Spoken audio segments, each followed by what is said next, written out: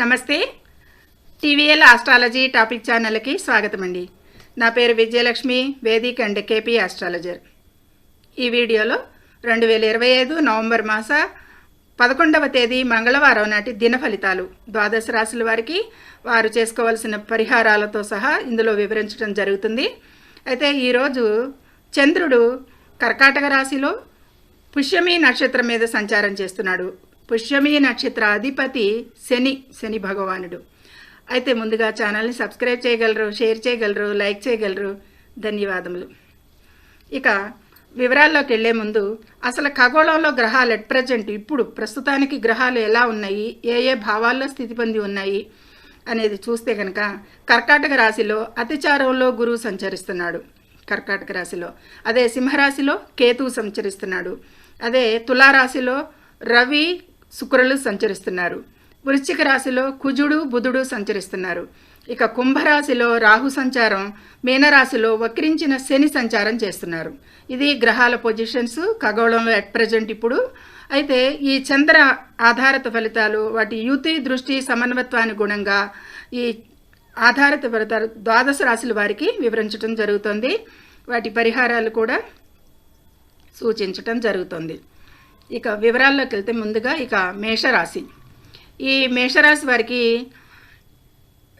4వ స్థానంలో చంద్ర సంచారం జరుగుతుంది అనేది మేషరాశి వారికి 4వ స్థానం కర్కాటక రాశిలో 4వ స్థానం కాబట్టి ఈరోజు వీరు ప్రశాంతంగా ఉంటుంది. రాశిలోనే తన సొంత రాశిలోనే చంద్రుడు సంచరిస్తున్నాడు కాబట్టి వారికి మానసిక ప్రశాంతత బాగుంటుంది అని చెప్పచ్చు. కుటుంబ విషయాలపై ఎక్కువగా దృష్టి పెడతారు. 4వ స్థానం అంటే కుటుంబ స్థానం, ఇల్లు, గృహం వస్తుంది. వాటికి ప్రశాంతంగా ఉంటుంది. వారికి వాతావరణం ఇంట్లో సంతోషకరమైన వాతావరణమే నెలకొంటుంది అనేది చెప్పచ్చు. ఆర్థిక పరిస్థితి అయితే బాగా మెరుగవుతుంది, ఈరోజు మెరుగ్గా ఉంటుంది అనేది చెప్పచ్చు. ఈ రకమైన ప్రభావాలకి అనుకూలతలే ఉన్నాయి మేషరాశి వారికి.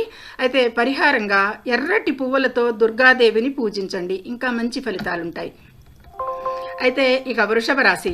ఈ వృషభ రాశిని అనుసరించి చంద్రుడు 3వ రాశిలో చంద్ర సంచారం జరుగుతుంది. 3 అంటే మానసిక ప్రశాంతతను అనుభవిస్తారు అనేది చెప్పచ్చు. కుటుంబ సభ్యులతో కూడా సఖ్యత పెరుగుతుంది. ఇక ప్రయాణాలకైతే చిన్న ప్రయాణాలు, తృప్తి అంటే ప్రయాణాలు కూడా ప్రయాణాలకు అనుకూలంగా ఉంది. ముఖ్యమైన పనులు పూర్తి చేయడానికి కూడా ఈరోజు మంచి అనుకూలంగా ఉంటుంది అనేది సూచించటం. ఇక తెల్లటి వస్త్రాలు ధరించండి ఈరోజు, లేదా తెల్లటి వస్త్రాలను వీలైతే దానం చేయండి. ఇక మిథున రాశి. ఈ మిథున రాశి నుంచి చంద్రుడు ద్వితీయంలో చంద్ర సంచారం. ఇది స్థానం ధనస్థానంలో ఎక్కువగా సంచరిస్తున్నాడు. వారికి మిథున రాశి వారికి ఆర్థిక ప్రయోజనాలు ఉంటాయి. ఈరోజు కుటుంబ సభ్యుల మాటలు ఆనందాన్ని కలిగిస్తాయి.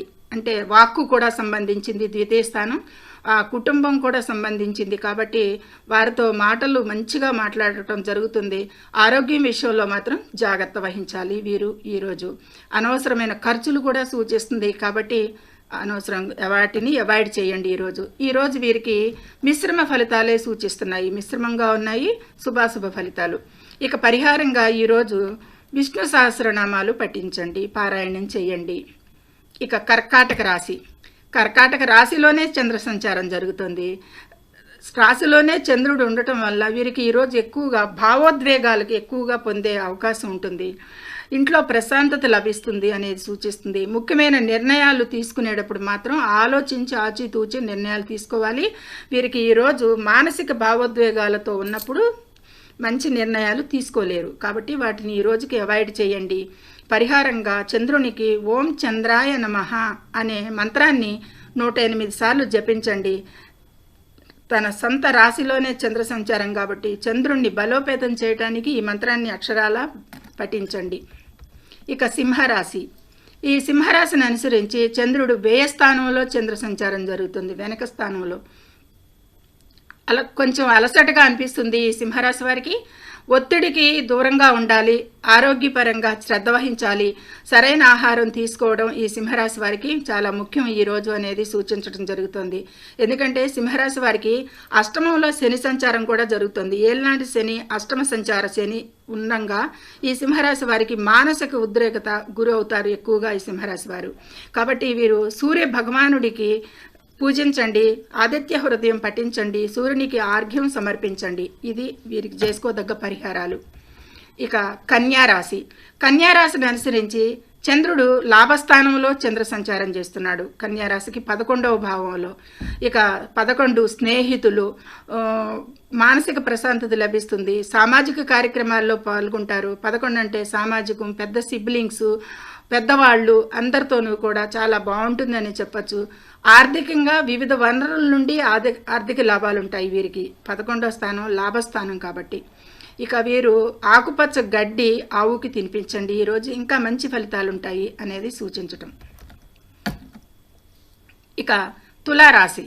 ఈ తులారాశిని అనుసరించి చంద్రుడు 10వ స్థానంలో చంద్ర సంచారం జరుగుతుంది. ఇది వృత్తికి సంబంధించిన స్థానం. వృత్తిపరంగా మంచి ఫలితాలు ఉంటాయి ఈ తులారాశి వారికి. పై అధికారుల సపోర్ట్ లభిస్తుంది అనేది చెప్పచ్చు. ఇక సామాజికంగా కూడా గౌరవం పెరుగుతుంది ఈరోజు వీరికి. ఇంటి పనులపై కూడా ఎక్కువగా దృష్టి సారిస్తారు. ఎందుకంటే 10వ స్థానంలో చంద్ర సంచారం, దృష్టి 4వ ఇంటి మీద ఉంటుంది. 4 ఇల్లు, గృహం కాబట్టి ఇంటి పనుల మీద కూడా వారు ఈరోజు ధ్యాస పెడతారు. అయితే ఇంకా మంచి ఫలితాలకి ఈరోజు లక్ష్మీదేవికి తెల్లటి పువ్వులను సమర్పించండి పూజలో. ఇక వృశ్చిక రాశి.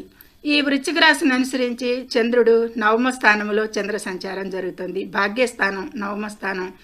ఆధ్యాత్మిక విషయాలపై ఆసక్తి పెరుగుతుంది వీరికి.